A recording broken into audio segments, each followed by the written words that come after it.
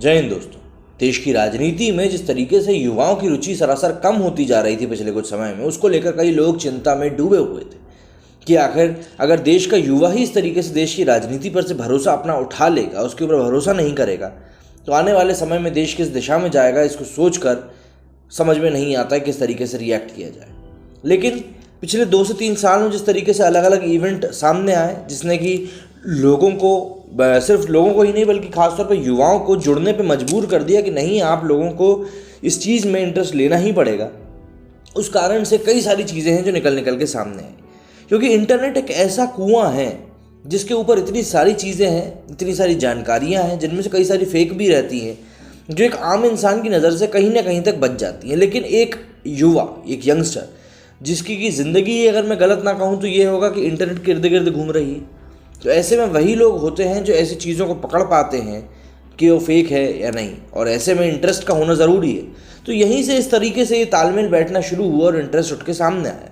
और जब युवाओं का इंटरेस्ट उठ के सामने आना शुरू हुआ तो कई सारे ऐसे बुद्धिजीवी लोग जो कि अपने आप को बहुत इंटेलेक्चुअल और पढ़ा लिखा बता के एक अपनी एक इमेज ऑलरेडी सेट कर चुके हैं हमारे भारतीय समाज में, उनका असली चेहरा निकल के सामने आने लगा, उनकी हिपोक्रेसी वाली चीज़ें निकल के सामने आने लगी। इन्हीं सब चेहरों में से एक चेहरा है राजदीप सरदेसाई। इंडिया टुडे के ये पत्रकार हैं, कई सारी चीज़ों पे उठ के बोलते हैं, खुल के बोलते हैं, और अधिकतर ऐसी चीज़ों के ऊपर खिलाफ ज़रूर बोलते हैं जिसको लेकर देश में खुशी का माहौल होता है, ज़रूर बोलते हैं ऐसी चीज़ों के ऊपर। और अभी जब कुछ आरोप लगे थे आज तक और इंडिया टुडे के ऊपर कितने गलत तरीके से खबरें दिखाई हैं, उसके ऊपर इन्होंने कुछ भी नहीं कहा, क्योंकि सीधी सी बात है भाई, कीचड़ अपने ऊपर जब उछला तो चुपचाप कपड़े से साफ करने में ही भलाई होती है। लेकिन अभी दीपावली पे हमने जो माहौल देखा, जिसपे कि वैसे तो हर साल होता है पर इस बार कुछ ज़्यादा ही था कि भैया दीपावली पे है तो पटाखे मत फोड़ो, मतलब और किसी त्यौहार में कुछ करने को मना नहीं किया जाएगा, लेकिन दीपावली है तो पटाखे मत फोड़ो क्योंकि बहुत ज़्यादा नुकसान होता है। इसी को लेकर एक खबर सामने आई जिसमें कि अशोक पंडित जी ने राजदीप सरदेसाई को स्कूल किया है, वो मैं आपको ज़रा पढ़ के बताता हूँ।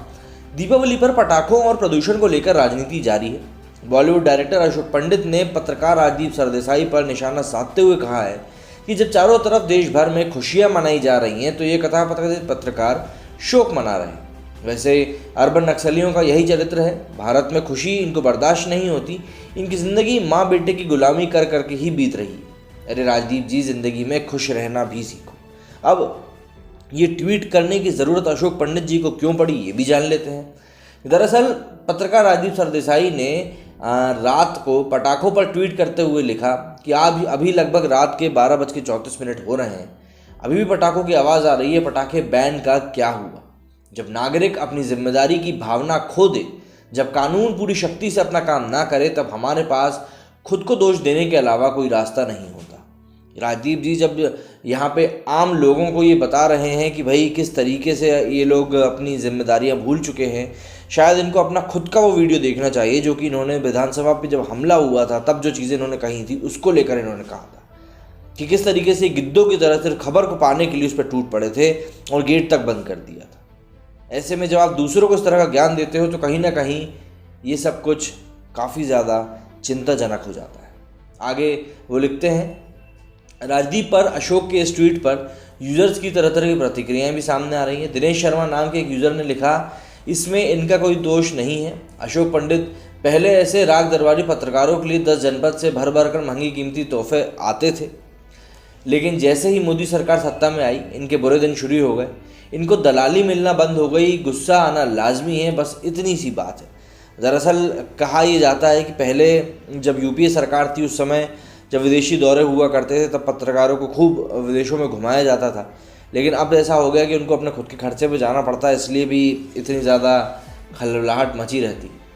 चितरंजन नाम के एक यूज़र ने लिखा है कि अशोक जी ये खुश होते हैं जब एंटी नेशनल काम करते हैं या फिर जब एंटी नेशनल लोगों के प्रोपेगेंडा के कारण हिंदुस्तान का नाम बदनाम होता है। श्रीकांत शुक्ला नाम के एक यूज़र ने लिखा है कि जिनकी गुलामी की फितरत हो, उन्हें अपनी खुद की सोच हो ही नहीं सकती। वो तो उतना ही सोचेंगे जिसमें उनका मालिक खुश रहे और उनके नंबर 1 का जो उनको दर्जा मिला हुआ है गुलाम नंबर 1 का, वो उनसे ना सुने। चांदनी शाह नाम की एक यूज़र ने राजदीप सरदेसाई के लिए लिखा है कि मैं व्यक्तिगत तौर पर पटाखे नहीं फोड़ती, ये मेरी व्यक्तिगत पसंद है, पर मुझे वास्तव में समझ नहीं आता कि आप इतने पाखंडी कैसे हो सकते हैं। कभी ईद पर पशुओं की कुर्बानी पर पूछा, कभी लोगों से पशुओं को खाना बंद करने के बारे में पूछा, क्योंकि आपकी बायोडाइवर्सिटी बेहद असंतुलित है और ये जलवायु परिवर्तन का एक कारण भी है।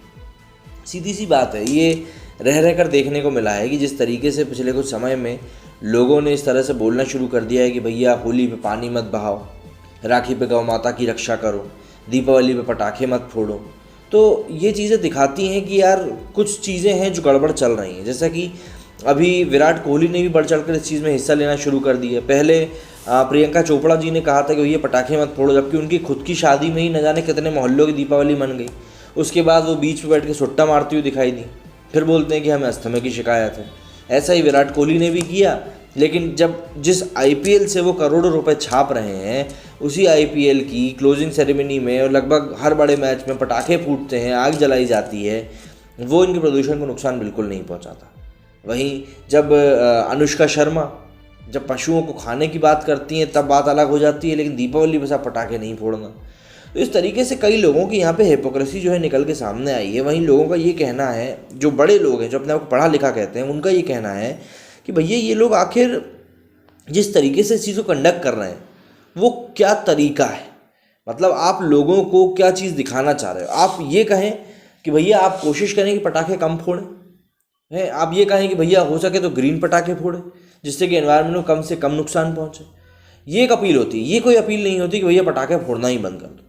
Tanishq back to back ad के बाद मुंह का खाए बैठे हुए हैं। वैसे भी भाई एक तो उन्होंने वो लव जिहाद वाला एंगल निकाल दिया था, अब लव जिहाद को लेकर एमपी में भी कानून बनने जा रहा है बाकायदा, मैं आपको बता दूं अगर आपको जानकारी नहीं है तो कई सारे राज्य लव जिहाद के बारे में बात कर रहे हैं। ऐसे में तनिष्क का वो ऐड जो उन्होंने हटाया था उसको लेकर इतनी सारी चर्चाएं हुई थी। इसके बाद तनिष्क ने एक और ऐड बनाया था जो कि उसने काफ़ी जल्दी हटा लिया, जिसमें कि नीना गुप्ता सरी की काफ़ी अच्छी एक्ट्रेसेस भी थी। उस ऐड में ना तो दीपक था, ना लक्ष्मी पूजन था, कुछ भी नहीं था। बस यूं ही बता दिया गया था कि भैया ये जो ऐड है दीपावली को लेकर बनाया गया है, और वही एक लाइन इसमें भी जोड़ दी गई थी कि भैया दीपावली है तो पटाखे नहीं फोड़ना है। भाई फेसबुक ने भी ऐड बनाया दीपावली के ऊपर, आप सभी ने देखा होगा। क्या उम्दा ऐड बनाया, क्या बढ़िया मैसेज दिया उन्होंने उस ऐड के ज़रिए। वो बताता है कि नहीं कि ऐड किस तरीके से हम बना सकते हैं। तो यहाँ पे आपको ज़रूरी नहीं है कि ऐड में आपको हिंदू मुस्लिम का एंगल घुसाना बहुत ज़्यादा ज़रूरी है, नहीं। आप और भी कई सारे तरीके जिनके के थ्रू आप बहुत अच्छे, बहुत सटीक और बहुत बढ़िया मैसेजेस दे सकते हो। लेकिन आप जब तक इस तरह की पत्रकारिता में लिप्त रहोगे और भारत की खुशियों के खिलाफ आप अपनी रोटियां सेकने की आग को ढूंढोगे, तो भाई उस आग से जलने का खतरा जितना ज़्यादा होगा ना, मैं आपको समझा भी नहीं सकता। तो इसीलिए ऐसे में इस चीज़ को समझना ज़रूरी है कि आखिर क्या चीज़ें आपके लिए करना ज़रूरी हैं और क्या चीज़ें देश हित में करना ज़रूरी है। उम्मीद करता हूँ जो बात मैं आपको समझाना चाहता था आप समझ गए होंगे। मेरे इस वीडियो में फिलहाल इतना ही। जय हिंद, जय भारत।